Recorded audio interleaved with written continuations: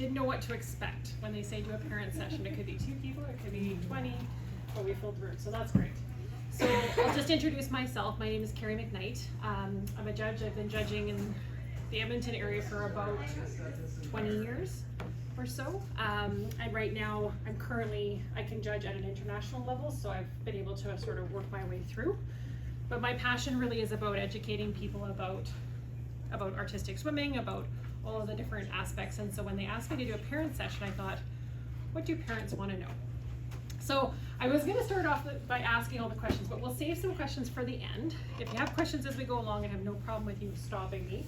But we'll try to go through things. I'm going to give you a little bit of an overview of what the judges look for, and then I want to focus really on the big changes that have happened.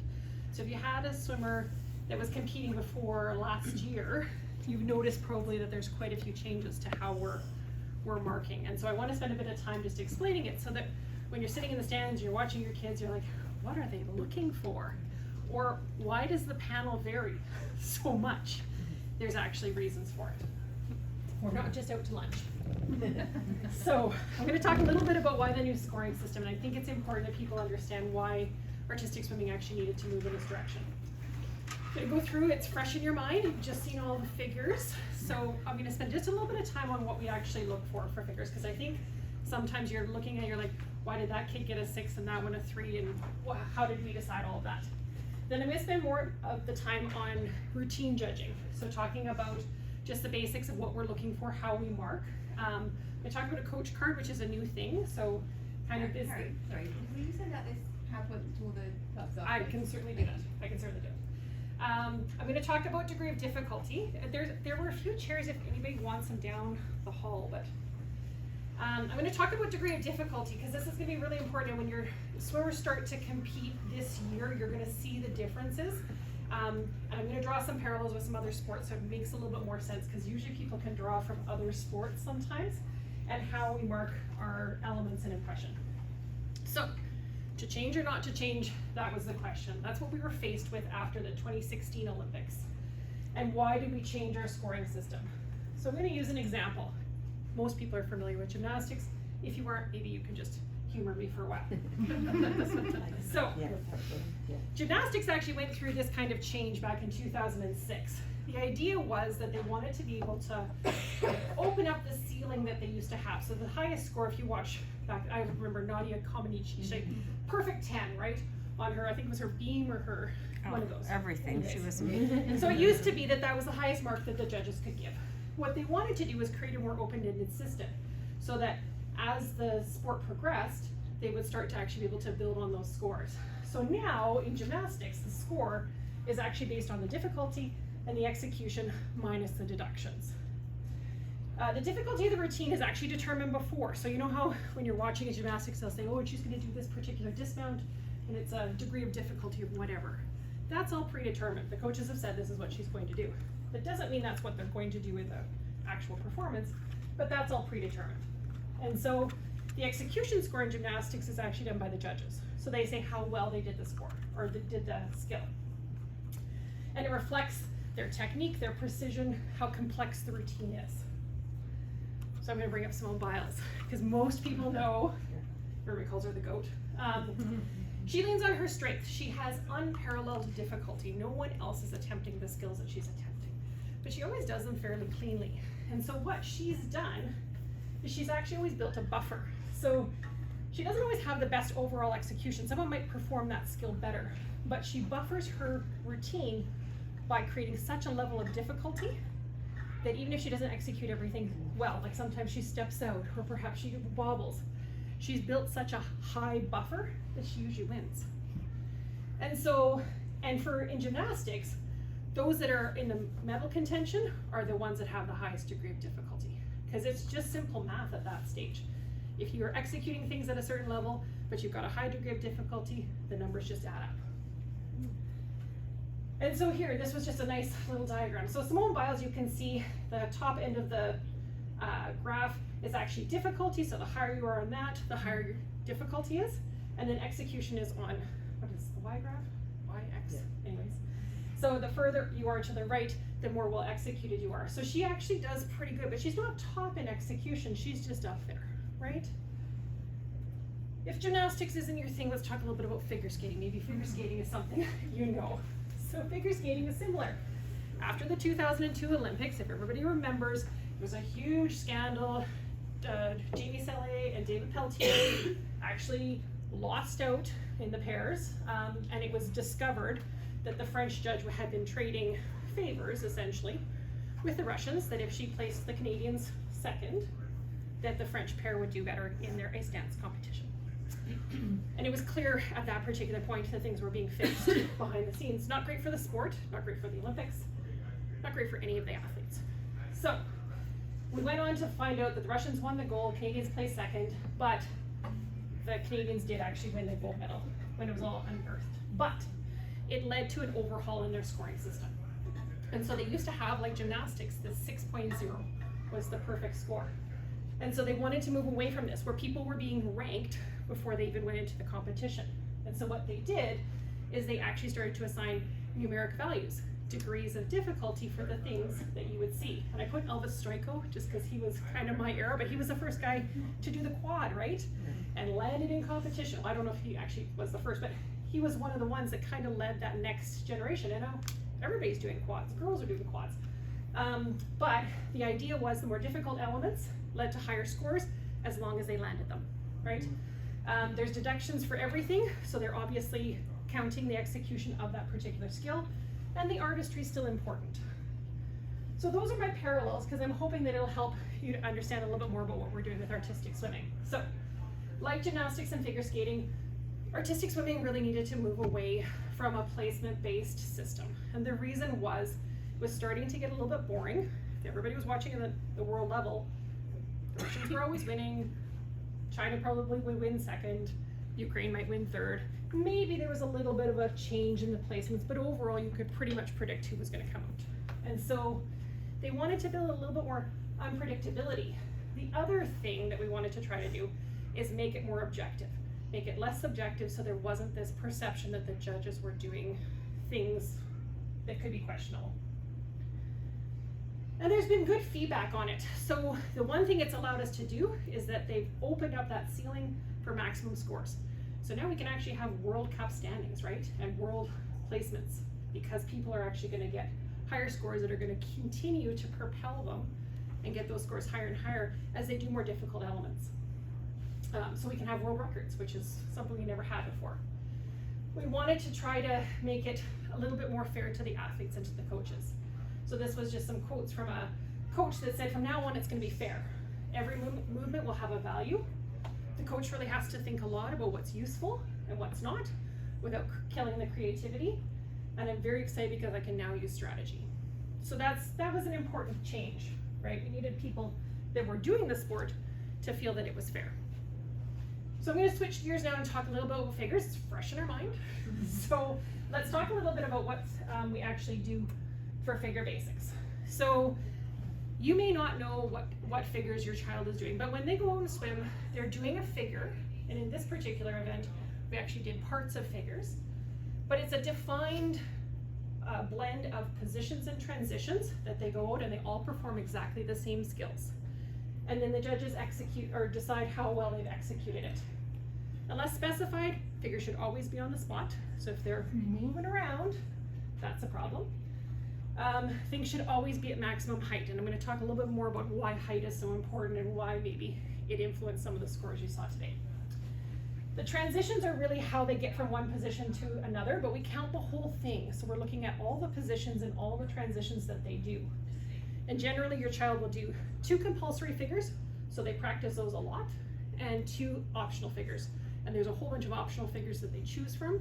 So every event that they go to, they have a different set of optionals. So what do we look for? We look for something called design. It's basically the accuracy of the figure. Did they do what was described? Okay, so it's the accuracy of the positions and transition as defined in the manual. So we have a big manual, it's thick, defines every single figure. And so we look at it and we say, okay, how accurate were they in terms of their lines? Were they vertical when they were supposed to be vertical? Were they horizontal when they were supposed to be horizontal? Were they, I put that bullet twice. Were they accurate in, say, an arched position? Were they piked? Were they 90 degrees when they were in a pike position? And then how accurate were they when they were moving from position to position? Were they kind of meandering before they eventually got into that position, or did they go straight to it? That's what we would expect. And so this is just an example of some different ones. So this is actually how the judges are kind of imagining things, right? We're looking to see, does it go straight up and down? How does it match to the surface of the water? You can see here, right? Got a little athlete who's working hard on his belly leg, but it's not quite accurate, right? It's not extended, those kinds of things. And then what do we look for in terms of control? So control is another big part of our mark.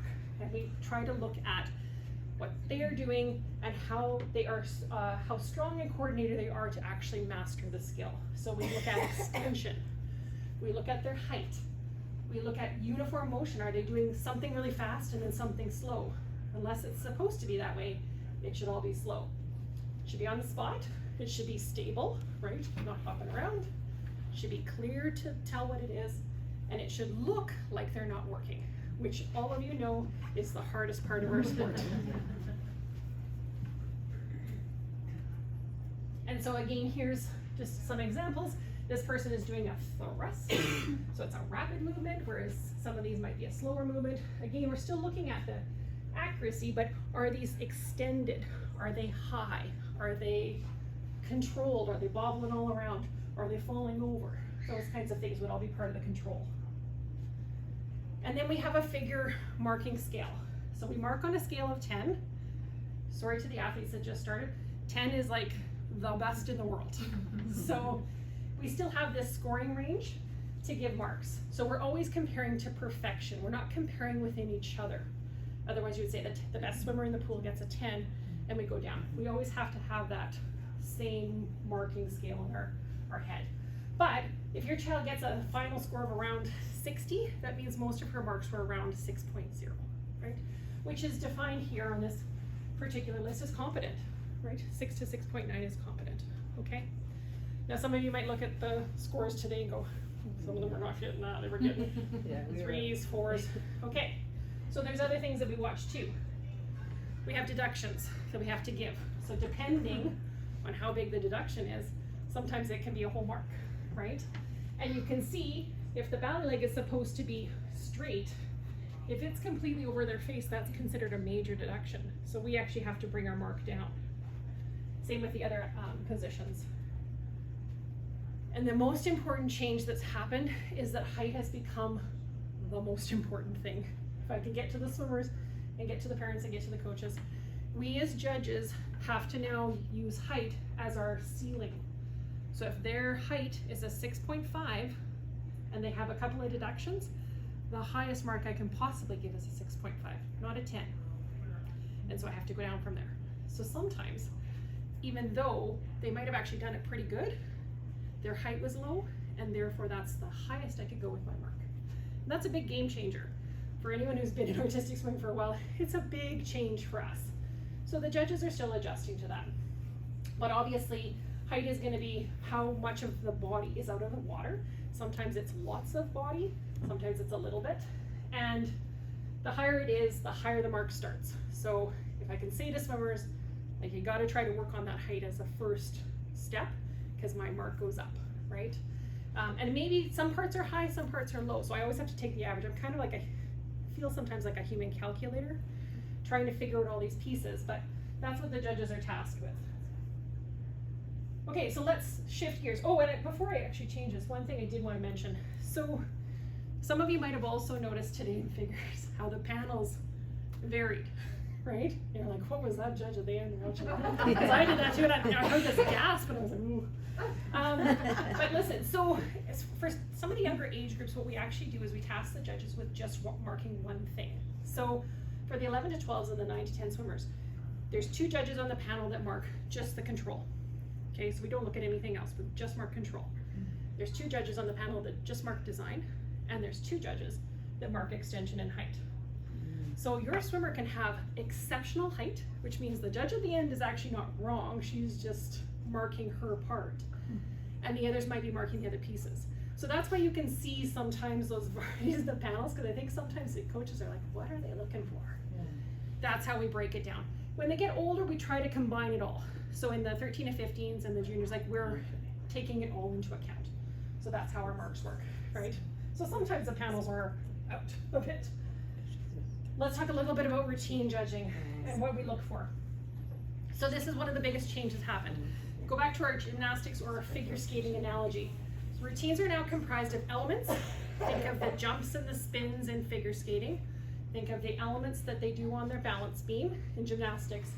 Elements are now what we consider hybrids. Used to be called figures, right?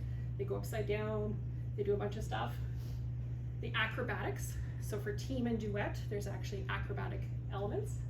And then we have something called a technical required element. So for the older kids are the ones that are doing national stream, they'll do a technical routine, and they have to do specific things. Have you ever watched a figure skating technical program, or a short program, usually is what it's called? So that's exactly what it is. They have to do 5 different elements. They have to do it in a described amount of time, and that's how they get marked.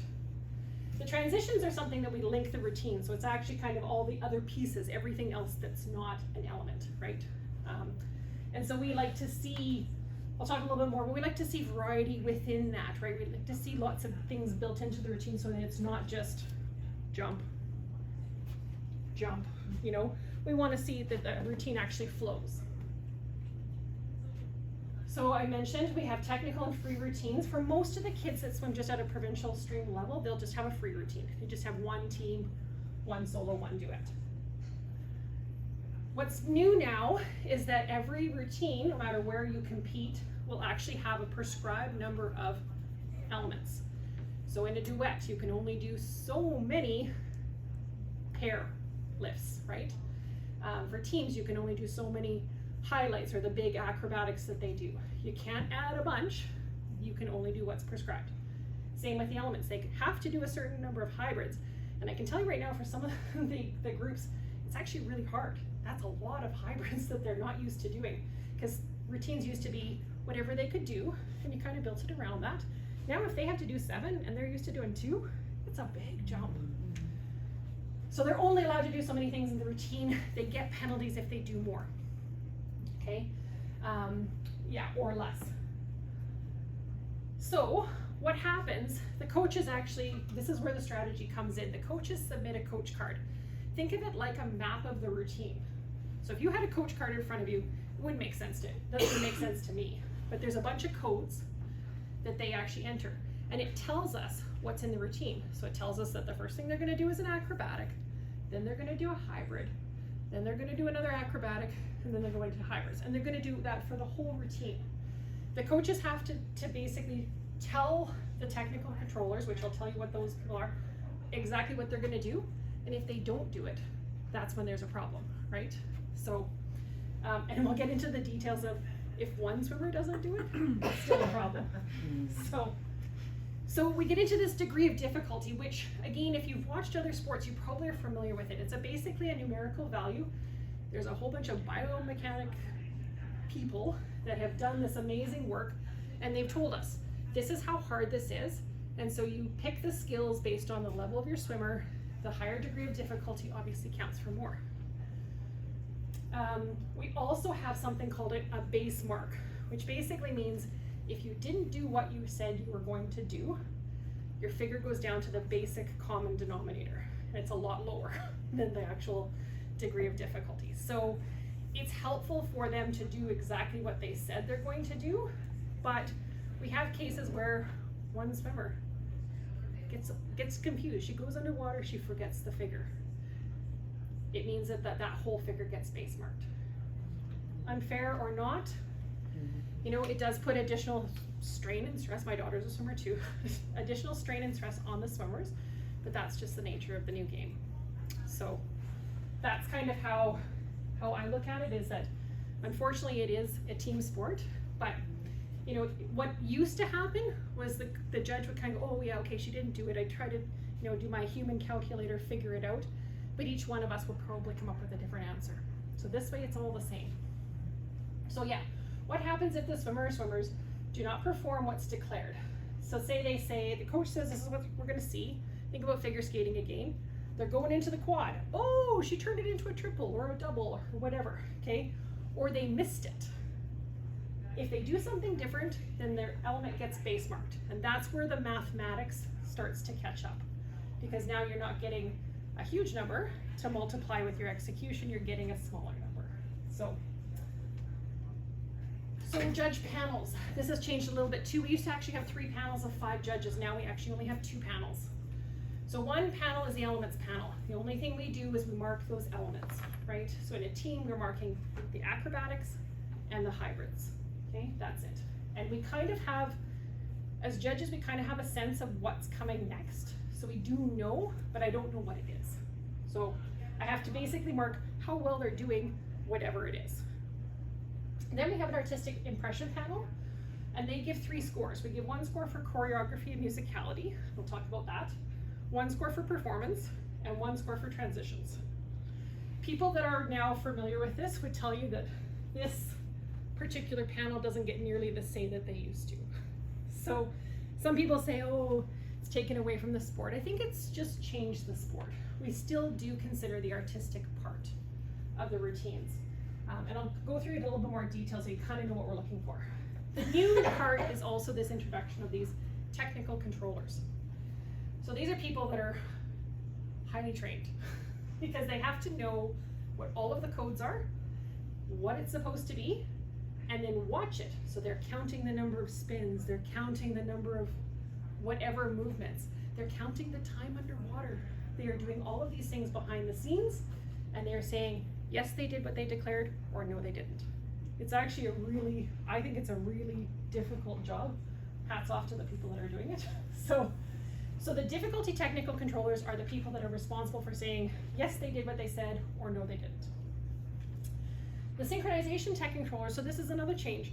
Judges used to have to take into account all the synchronization, right? So one kid goes out, you'd have to take off marks. Whether the mental math actually ever worked, I don't know. But now we have tech controllers, and you'll see them. Like they're marking.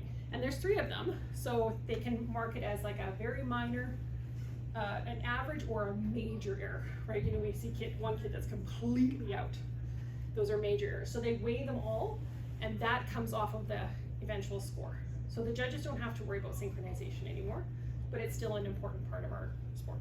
I have a question. When a coach does choreography where some of the swimmers are doing one figure and some of the swimmers are doing another, how do they like input that and say what they're going to do, or how does that get judged? So I think the synchronization controllers still keep that into account. So as long as the 3 are supposed to be together before, you know, they kind of have a sense. They also see the coach card, so they know what should be done.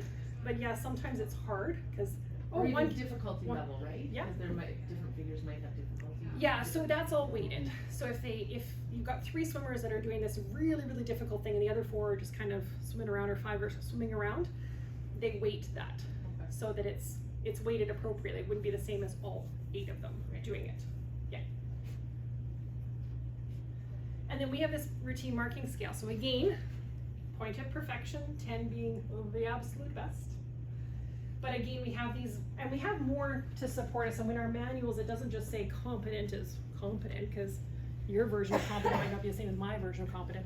There's a lot of words associated with it, so we really get a clear picture. Another thing that's changed here with the routine marking scale is the marks aren't actually given in a 0.1 system like they are in figures. It's actually 0.5, 0.25, 0.75. So we have a lot less marks to give. And so it's changed the game for a lot of us. So what's in the judge's head? I think that happens a lot. We have to be aware of all the pieces. So even if I'm going out as an elements judge, I need to be aware of what my lane is, right? What I'm marking and what is taken care of by another panel. Because if I'm taking that into account in my score, it's not fair, because then they're getting double deducted, right, on the other side. So I need to be really clear on what I'm marking and what I'm not. And the judges have fierce debates about all of these things, especially in the last year or so. Fierce debates about whether this is this mark or it's this mark, because we need to make sure that we know exactly what we're marking. Everybody wants to do their part. We have to be independent of each other. So we've had routines that are amazingly artistic, but the elements judges have to mark what they see. They have to mark what they're supposed to mark, and the artistic panel has to mark. So it's up to the panel, the artistic panel, to really reward those artistic routines, but then the elements panel to still mark what they see, right? It's that execution piece. So we can't be influencing one another. You can't get blown away by this amazing routine if their execution wasn't there. We also should not be ever biased by previous results. This team won last time, so for sure they're gonna win this time.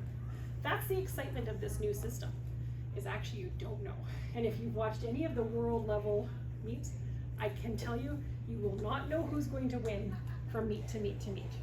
So that's good, that's exciting. It means it's not being predetermined. And we have to consider the performance of all athletes, not just some. Some people say, you know what, those judges totally had it out for our team because that one swimmer was out, and therefore that's why they got that score. No. In fact, we try to weight it as much as we can to really factor in that it was only one athlete.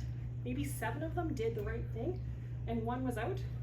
You know, like you weight that. You don't say, well, that's the end of the routine, right? You have to weight it out, and that's only a portion of the routine, right? So there's a lot of different things that we're marking. That's only one small portion. So I assure you, we are not tanking their mark just because one person was out.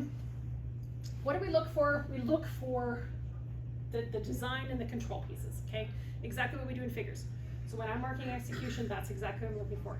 Did they do what I think they're supposed to do? Was it an angle, and did they actually do the angle? Or did they do it straight, and maybe they were supposed to do an angle? We don't always have the ability to know what they're gonna do, but that's important. And then we're marking, so as an elements judge, I'm giving lots of marks, right? Because maybe they have 7 or 9 or 11 elements, so I'm giving lots of marks. I'm basically marking, and then I'm marking again, and I'm marking again. And so the judges don't have a lot of time. We were used to having one mark for one routine. I had 3 minutes to figure out what I wanted to do, right? Mm-hmm. Now I gotta give a mark and I gotta move on. So that's a big change for the judges that we're used to a different way. So yeah, it's something that we have to adapt to too. And then, yeah, so the design, did they do what they were supposed to do? And sometimes it's hard to tell, right? But I can tell if 7 of them are straight and 1 of them is off, or 2 of them are off, that's probably not what they were supposed to be doing. But there will be times where maybe we don't always know exactly what they're supposed to be doing. And then that height, extension, stability, those things are still what we're counting for all of their hybrids, okay? I'm not gonna spend too much time on that one. A note about acrobatics, because I think as, I would certainly say in the team routines, this is probably one of the most favorite parts of the routines, right, the acrobatics. One thing that did change is that now we want to see very clear execution of their highlights. So when they do that acrobatic, if they come and do that big splash, before we used to go, oh, that was really nice. Now we're like, needs to be straight. So they should be entering the water straight or without splash. If they do the intentional splash, it's a bit of a risk because the technical controllers can say, well, they didn't actually enter the water the way that they're supposed to, and they can base mark that one. So it's a bit of a risk, but the coaches do, I mean, I guess they still do that. And we don't consider what they're doing, we only consider the result. So for us, I'm not actually paying, I have to pay attention, and I'll show you a little bit more about, I have to pay attention to what they're doing under the water, but really the end result, that flyer high out of the water, that's what I'm marking. So sometimes people say, well, this one was just as high, but maybe she went a little bit further. You know, we have certain marks for how we actually evaluate that.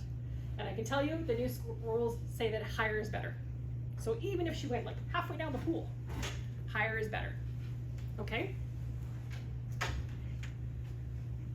So here, and I'm just trying to give you a couple of different examples of things. These are all like world-class events, but here, right, we're gonna be watching how high this athlete gets, and we actually have to measure body lengths out of the pool and watch the center of gravity for that swimmer.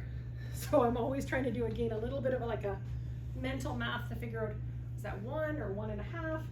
How high was that out of the water?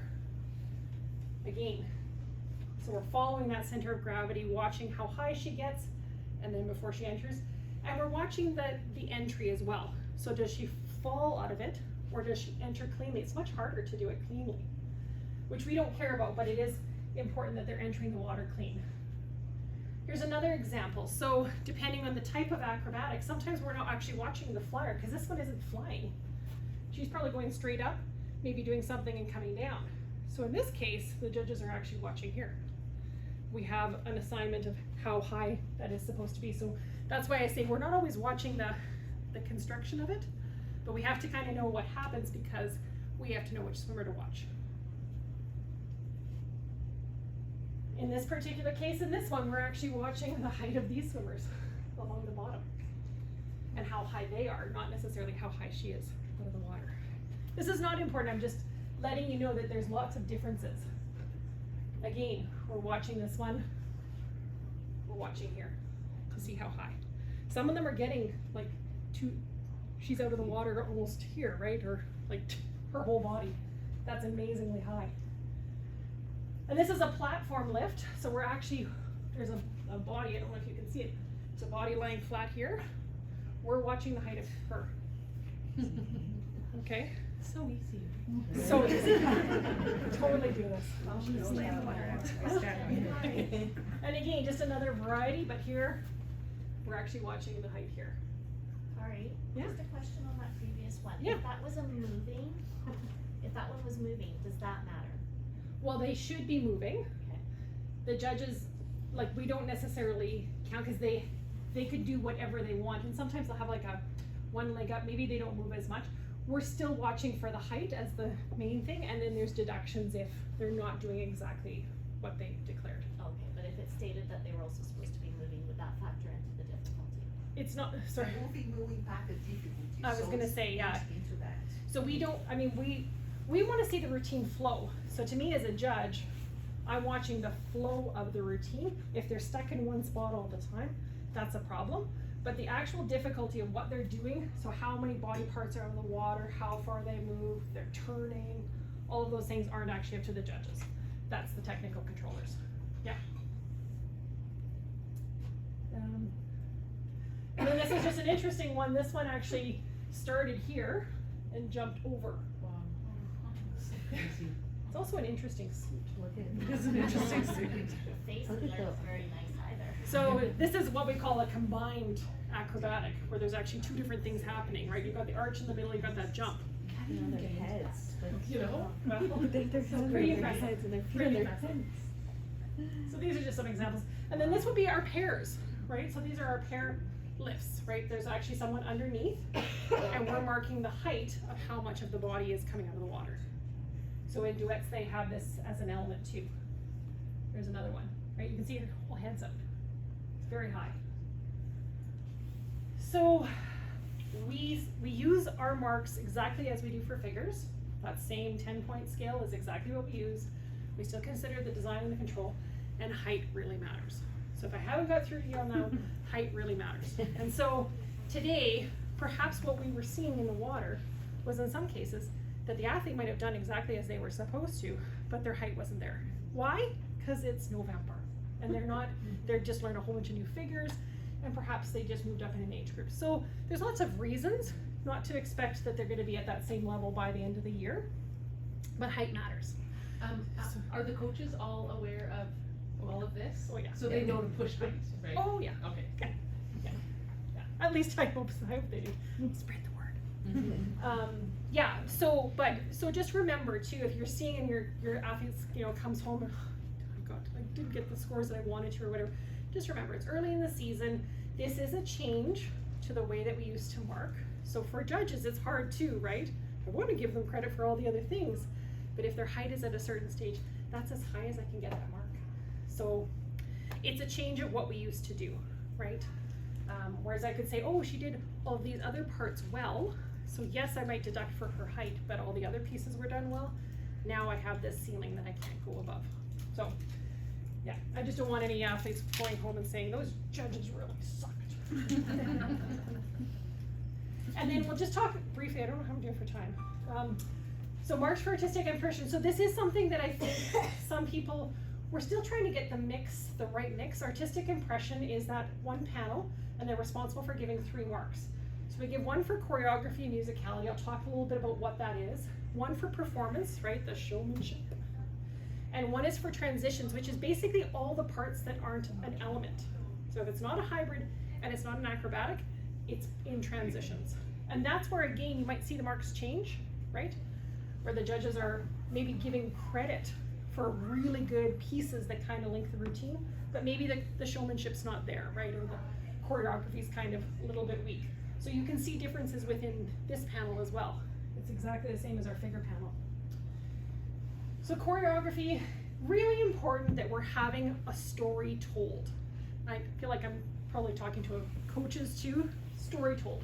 Choreography is really about the story that they tell us, and it's about how they weave that story together. So from start to finish, are we actually really understanding what they're trying to get across? Is that theme really apparent? We want to see lots of variety. So I always give the example of a swimmer that's really good at splits, and she does splits all the time. And everything that she does in and out of figures is going to involve some kind of flexibility. It doesn't give me a huge amount of variety. I want to see the other things that she can do. So variety is really important. Creativity and innovation, is it something we new and haven't seen? Maybe as parents, if you haven't done this sport that long, you might not know, and everything looks fantastic and surprising. But as judges, we're trained to be a bit discerning, and so we do want to see new and innovative ways for them to tackle whatever it is. And then how much of the pool they cover, really important, right? They should be using that whole pool, not just one area of the pool or one side of the pool. And this is again something that as the season progresses, we will see more advancement, right? The kids get stronger, they get more comfortable in their routines, and they start to cover the pool better, right? Or the coaches pick up on the fact that they need to cover the pool better. Musicality is the other part of this mark. So this is how the swimmer is really capturing the mood or the feeling of the music, right? Are they using that music, hitting that crash when the crash happens, or just even showing that they're really passionate about something. Synchronization with the music, not to be confused with two people doing exactly the same thing at the same time, because that's the synchronization tech controllers now. We just want to see that they're actually using the music to those highlights. So again, that crash is a good example, right? Or that the acrobatic hits at the right moment and it matches the music. So they're matching the music well. Performance. So this is where you've got the soloist that gets out there. She looks scared. She is petrified. She just wants to get through. Her performance score might not be all that great. You get the other ones that are perhaps really just looking like they're having a good old time, or they're really into their music, right? Like they just like this music. Really, it's about how they're presenting to us that total command and confidence. They walk on and they're like, watch me. Those are the ones that we, and as judges, we want to watch. Like, okay, draw my attention up. And I tell some swimmers that, make sure that if I'm writing down on my paper that I want to look up at you. So, and that'll count towards the final score. So the walk-on part used to not be judged, right? They would stand by the referee, they'd be waiting, and then they mark, and the judges actually didn't start their marks until the whistle was blown. Now we actually want to see. And it's a small part of the mark, it's not a huge part. But we're actually watching, so you might start to see, as things evolve, they're doing different things. Maybe they're doing cartwheels or they're doing other things. They're doing different things with their walk-on because it does actually count. And then the transitions I talked about, this is the linking action, so all the stuff in between. If all I'm seeing is element, flat, flat, flat, flat, flat, element, flat, flat, flat, my transition score will be very high because really that's pretty basic. But if I'm seeing lots of other things built into it that are adding to it, it kind of trickles into some of the other scores, but it is important in the transitions. Okay, oops. Let's talk about calculating the score. So this is just a bunch of math. We don't need to talk about this in any great detail, but remember that when we're giving a score, I have to give a score for every single element that I see. If the swimmer misses an element, I don't score it. So obviously that's a 0, right? And so anything times 0 is 0. But all we're going to be doing is we're going to be taking the element degree of difficulty, multiplying it by the execution, okay? And we do that for all of that. And then we take away the synchronization errors, and the other penalties, which would be, I mean, there's not as many anymore, but we give a score, it's the math, right? If the higher degree of difficulty and it's well executed, adds up to a much higher number, okay? And so then the synchronization errors are gonna be deducted at the end. The impression score is just those 3 scores. So the impression score is the choreography musicality score, which would be the average. So for all of these, we take the top judge off and the bottom judge off, right? I'm out for that panel, okay. You know, so they'll only take the average of the 3 scores that are left. And so the average for each of those, and then you take that and you factor in, and I'll talk a little bit about, I'm gonna talk about factoring next. So this is just your routine score. Element score and artistic impression score minus any other penalties, like they went too long. But now there's factors too, so this is all math, right? For people that hate math, this is probably the worst thing. But there's factors. So what we found when we first started this whole new scoring system is that the factors actually were really important. Factors are that you take the element score and you multiply it by a factor. So for each hybrid, I think I go into this in a little bit of detail, is multiplied by 0.5. That's the factor. So all of those hybrids are counted the same. Acrobatics might be counted at a different number. Artistically, we wanted to make sure that artistic still counted. So you'll find in artistic, the choreography and musicality is actually has a factor of 1.8. So we kind of high power that mark a little bit because we want it to weigh a little bit more. Otherwise, it just becomes all about the elements and the difficulty. And anybody who can do the math knows that that's how they high power their scores. We wanted it to still be artistic swimming. So I think I go through into this a little bit more detail. So yeah, everything has a different weight. You don't need to worry about the weights, but just to be aware that every score is then weighted in the total score. And so those factors, they moved around a little bit because actually I don't know that they felt like they'd actually hit the right spot. So they moved around a little bit since the scoring system was first introduced. Yeah, so just to be aware again that my score, when I'm giving my artistic impression score, choreography and musicality is going to be weighted more for me. And it depends on if it's a solo, duet, or team, all of those things. I don't pay attention to that when I'm judging, I'm just giving a mark, but it is part of the overall math. So this was just an example, okay? I've got an acrobatic. It's got that declared degree of difficulty, and then it's got a factor. So here's my judges. This was an excellent routine. 9.0, 9.0. This was your low and your high, so an average of 9.0, okay? To get that 15.4, we took the 2.45, multiplied by the factor, and we get that number, and then you multiply by the average score, and that's how you get the 15. And each of those are done. Now again, as a parent, probably won't see that. Probably won't even see that in the results. The coaches might see that. Even the judges don't see it. But that's how they decide all of this. So that's just becomes a case of simple math, really.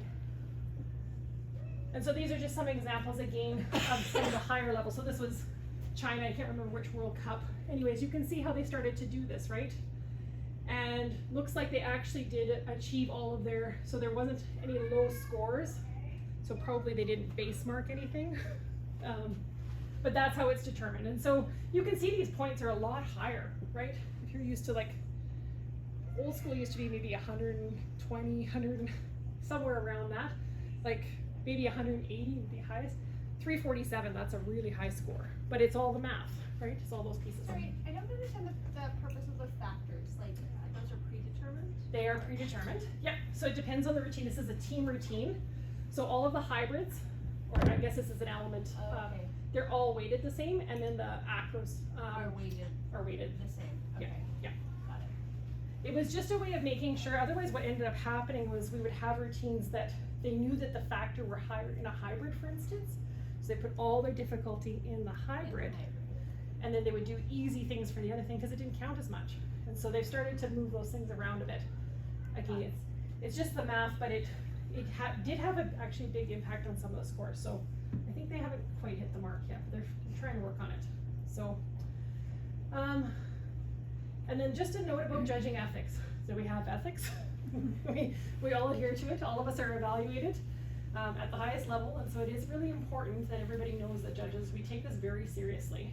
We really want to be respectful to the athletes, to the coaches, to all the hard work they put in. We have a responsibility to be trained, to be on our game, and we have integrity. We're not the French judge that's being bought off, right? Or trading it up. So we have to be fair, honest. We mark what we see, okay? We're knowledgeable about the rules, and this is a big change for us. So we're trying our best, but all of us have that responsibility. We have to be aware that there could be pressures, so certainly at the highest levels, right? At the Olympic level, there's pressure for those judges to get it right. So being resistant to any of those, and then being aware of our biases, right? So being aware of our biases, whether it's Edmonton versus Calgary or Alberta versus the rest of the nation, being aware of positive and negative biases that we might have around, or personal biases, you know, I can't judge my own kid. Makes sense, right? And we have to know how to deal with them. So we have to declare those biases so that we can be taken out of a panel and obviously not, our marks wouldn't count. So just a little note. So back to our examples at the start and some learnings. Difficulty has a big role to play, a lot bigger of a role than it used to, okay? After 2016, it was pretty clear that the sport needed to make some changes. We also needed to stay competitive in the Olympics because, to be honest, Olympic sports, there's a lot of sports waiting. And if you have the appearance as a sport of having predetermined results, they don't like that. So it was important that we started to do this. We also needed to move away from this predetermined, Russia's always gonna win, you know, this team might always come third, whatever it is. High DD, like it works for Simone Biles, can differentiate the top contenders. So it is important that the top routines have that difficulty. Otherwise, just simple math will put them out of contention. But the execution, the artistic part of artistic swimming is still important. And I think sometimes maybe the swimmers can walk away feeling like difficulty is the only thing. And it's not. It's really important. So we're trying to find that balance. Coaches need to employ strategy. So do you put a more difficult routine or a difficult hybrid together, or do you make it more about the choreography and the variety and the differences, the artistic piece? Do you put a lack of variety for high DD? You got to make that decision and you got to kind of weigh it out. And perhaps they try something at that competition, oh, it did not work. Okay, we change it up, make a difference. And how to incorporate the musicality and the performance to not lose the artistic part of the sport. Judges and technical controllers are adapting too. It's been a lot, okay? And lots of education is still required. So how to differentiate those execution scores so that the DD assigned to a vertical gets vastly different marks if it's done at the knee or high thigh. We as judges have, the onus is on us to make sure that our marks do matter, right? That I'm making a difference in my execution, because a vertical that's done at a high thigh is much, much more difficult to achieve, but also if it's done well, that's where we can make a difference. The degree of difficulty is not our part, but how well they're executing it is absolutely our responsibility. For coaches and for swimmers, sometimes the strategy works and sometimes it doesn't. Some routines may bite off more than they can chew and end up in places that doesn't really reflect the swimmer's abilities. And we all have to kind of be patient with that. So again, if you have disgruntled swimmers that come home feeling like maybe that strategy didn't work, it's a good time to maybe change it up. But at the world level, we're seeing massive changes. And so it's really exciting when we think about the 2024 Olympics. I don't know what's gonna happen, right? Japan coming third in team, we never thought it would be possible. China, Ukraine, would they always be on top? Well, maybe not. Before it was unheard of and now it's actually happening. So that's exciting for the sport. Okay, questions? Well, I have lots of questions, but I've got one. When we went to CBC in Saskatoon, Yep. I noticed that in some team routines, there were swimmers that would be under the water for some of the hybrid's and elements. And so, in that case, would they not be judged because the judges can't see them underwater, or is that related to the difficulty and what they plan to execute, and then whether they're judged on that? So last year would have been old rules. We would have still judged in the old rules because we were kind of adapting this as we went. So it probably wasn't considered. In the new rules, what will happen is that the judges mark the execution of the swimmers that they see, and the technical controllers take care of the other pieces, right? Did they? So if they declare that 3 of them are underwater and 5 of them are above water, then that might be okay? It'll be weighted accordingly, yeah. For the degree of difficulty. Because it's more difficult to have all 8 of them doing it than for 3 of them to just hang out and have your 5 best swimmers doing it, yeah. So, I'm just, a quick question about so when the judges' marks go in and it's presented on the screen. Yeah. Is that a final mark, or are you guys gonna go back and reassess? Cause that's what happened last year. So again, last year probably was still on the old system. There's still methods for them to appeal it, right? So if the coach feels that the technical controllers perhaps base mark something, but the swimmers actually did do it, then there's a process for appeal. But typically, and all the scores are, you'll hear it, their scores are unofficial until confirmed, right? So the referee has to sign off on them. But yes, I mean, technically once they go up, unless there is some kind of massive change, it usually is the same score. Not always, but yeah, usually. Sorry, Tracy. Yeah, that was what I was gonna say, it's unofficial until it's done, right? Yeah, so you'll always hear that, it's kind of like a cover our butt thing, but it also, it means that things happen after. And coaches have only a certain period of time after the event is done to make that appeal. So they have to come with some cash, they have to come, and with a written appeal usually, and they appeal that particular decision, it'll be reviewed, and if it's in their favor, then the marks might change. But last year's hard to comment because we still were marking in the old system, so there's Yeah. not as many of these. Not for the national level. Right, for the national. qualifier and the nationals. Yeah, that They were was on a the little new crazy. They were on the system, new system, you're right. But the technical controllers were taking a long time to analyze things, so the results were not official and they did change quite a bit. Yeah. That's the Yeah. difference. Yeah, Yep. it was a huge change, which, Yeah. like, all of us were just flabbergasted over. That's why I'm just wondering, Yeah. like, it's okay if it's like, Yeah, marks 1-2 more point difference, but Yeah. it was huge. yeah, so I mean, definitely with all of the math pieces, if the tech controller says, yes, it's good, or no, it's base marked, then it can have a big ripple effect. I mean, to give credit to the technical controllers, they have to literally, like, as we're giving, 10 marks or whatever, they're also watching each, and they're timing things, and they're doing all sorts of things. So they're human too, they miss things, or they, and that's why there's a panel of 3, right, for them. Because if 2 of them agree and 1 of them is out, there's no discussion. 2 of them agreed, it either was base marked or it's fine, and that's it, and they move on. But they have a lot to compute in their head as well.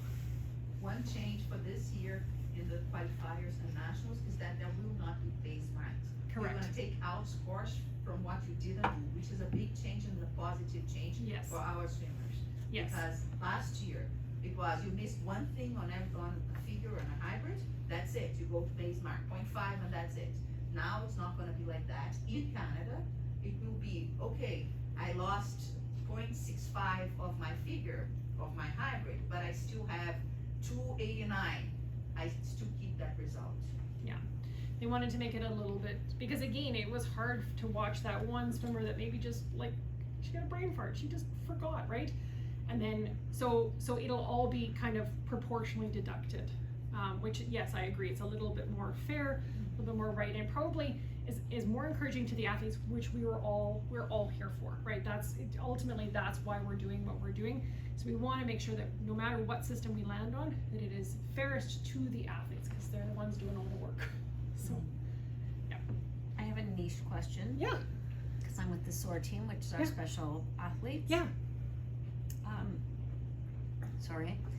Wondering about the scoring criteria for them and how that works, where their level of disability might change things, but not, okay, so I want a sport that my child is actually competing in. I don't want it to be, oh my gosh, they're so cute, let's give them a bit. That doesn't work, that's totally inappropriate. However, I know that there's a big disabled swimming community out east. Are we talking to them about scoring for our athletes? if I can speak on a personal level, I don't think we've done enough. If I look back over the 20 years that I have judged, it's probably only in the last decade that we've even been judging that particular group. And so I don't think we've probably had enough discussion. Okay. However, that being said, when we have that 10 scale, that 10 scale applies to everybody in the Yes, sport. and that is perfectly fine.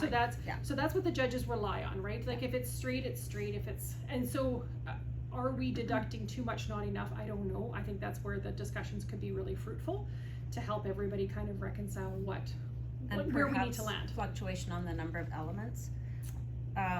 required because of their Oh, yeah. ages, right? Yes, yes. I'm thinking also of an athlete with MS, and I believe she's out of Red Deer. Yep. So making it so that she can really compete. Yep. Because I know they wheeled up her wheelchair. She got in. So choosing figures that work for her. Yep, I think we've got a long way to go. But I do actually feel like at the same time we've actually made a lot of progress. Yeah. Right? And it's fantastic to see it in our province, and I hope it continues to grow. And I hope as we do that, we're all kind of coming together as a community and really, again, giving the benefit to the athlete. Yeah. Okay. Kari, did you talk about 10 and unders and novices, the way that they are evaluated? So I did say if you think that the panels were kind of all over the place. Yeah, so for 11 to 12 and 9 to 10, we are considering different things. So yeah, one judge in that panel or two judges on that panel are just looking at extension and height, and that's why they might be rewarding or deducting, right? Why there's those differences, yeah. And that's actually based on the long-term athlete development model, which tells us that when kids are entering sport and a competitive environment for the first time, that really it's more fruitful if we're actually making those focuses, and then they're getting more detailed feedback from their scores, and we're also focusing on the right things. If we're kind of mashing everything together, I mean, the coaches have a tough time teasing out what was it that brought my mark up or down. They're getting really detailed feedback, and I think it creates a better environment where the athletes are actually getting what they need out of the scores. So yeah. Any other? So there's two more questions about figures. So you said that there's two mandatory figures, which is the same at all the competitions out there, Yes. and two optional, but it's not optional. The competitors don't choose. The No, event it's chooses. drawn. It's drawn before the competition, so the coaches probably know. I think sometimes it can be drawn up to a week in advance. Yeah, so they do have a bit of time to kind of So practice that. there's a But there's spectrum of them, and then they know they might be one of those. But just to explain it to people who might not be. so they're know. compulsory figures. Yeah, they practice all year round. They're the same two always. They're kind of their core ones, and then they can have up to I think 4 groups of optionals, right? So that's another. Depends on the age group. Yeah, exactly. Some have compulsory, some don't. Yeah. And Yeah. youth does not have compulsory figures. Right, national stream, but provincial stream, yeah, they would pull those last 2 figures. There will be a draw before the competition. Yep. And then maybe it might be helpful to explain that different figures have different difficulty and different maximum Yes. scores. Yes. And so you would never expect, well, you can explain, but anyway, you wouldn't expect 11 to 12 to get the same scores as 13 to 15. for example. No, although they probably don't do the same figures. So each age group, they have kind of their set figures, but it's based, so the difficulty goes up as they get older, obviously. But it is a big jump. Like I would say my daughter was in novice last year and she's in 13, 15. It's a big jump in the difficulty, right? Like there's a lot more to those figures that she's doing now. So yeah, I mean, you would expect that her marks probably would go down just because it is a way more difficult set of figures. But also, you know, depending on how much of hopefully the skills are translatable from each of the age groups into the next one, so they build those basics as they move up. That's the idea. So, yeah, so yeah. But the maximum score you can get 11, 12 is going to be different from the maximum score you get at 13, 15.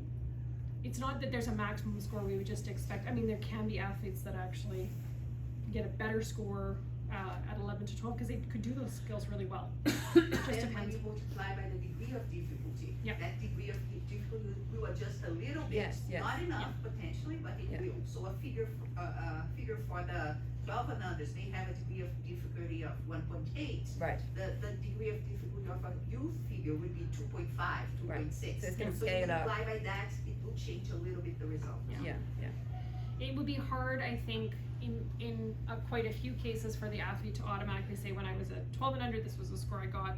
Now I'm at 13, 15, and I didn't beat my score, and why didn't I beat my score? Because it does make sense, the degree of difficulty, but they could, right? If they maintained kind of a minimum, then it's just the math, right? You multiply it out by the degree of difficulty, and maybe their score is the same. So it depends on the athlete too. Yeah. So after the, sorry, after the competitions, the coaches get the breakdowns, or they just like know 15.16 or? So Alberta we're just starting on this new one. So if you were national stream last year, they would have got that breakdown like I showed you. Yeah. but it's been so, like, such a recent change. I would say this is gonna be new for most of the coaches, that especially if they've just coached in the provincial stream level, or the younger age groups, they're probably going to be seeing those scores for the very first time. This year. Yep. Okay. And I don't know how much of a breakdown they actually get, if they get an individual judge score, or they might just get a pooled, this is your element score, this is your artistic score. They may not see the individual judge marks. Yeah, in the past, we did get the individual marks, I don't know if it's gonna change or not. Depends on how the scoring system kind of pumps out the results. But all judges get their names at the top, so then they can track you down and say, Judge 5, what was wrong?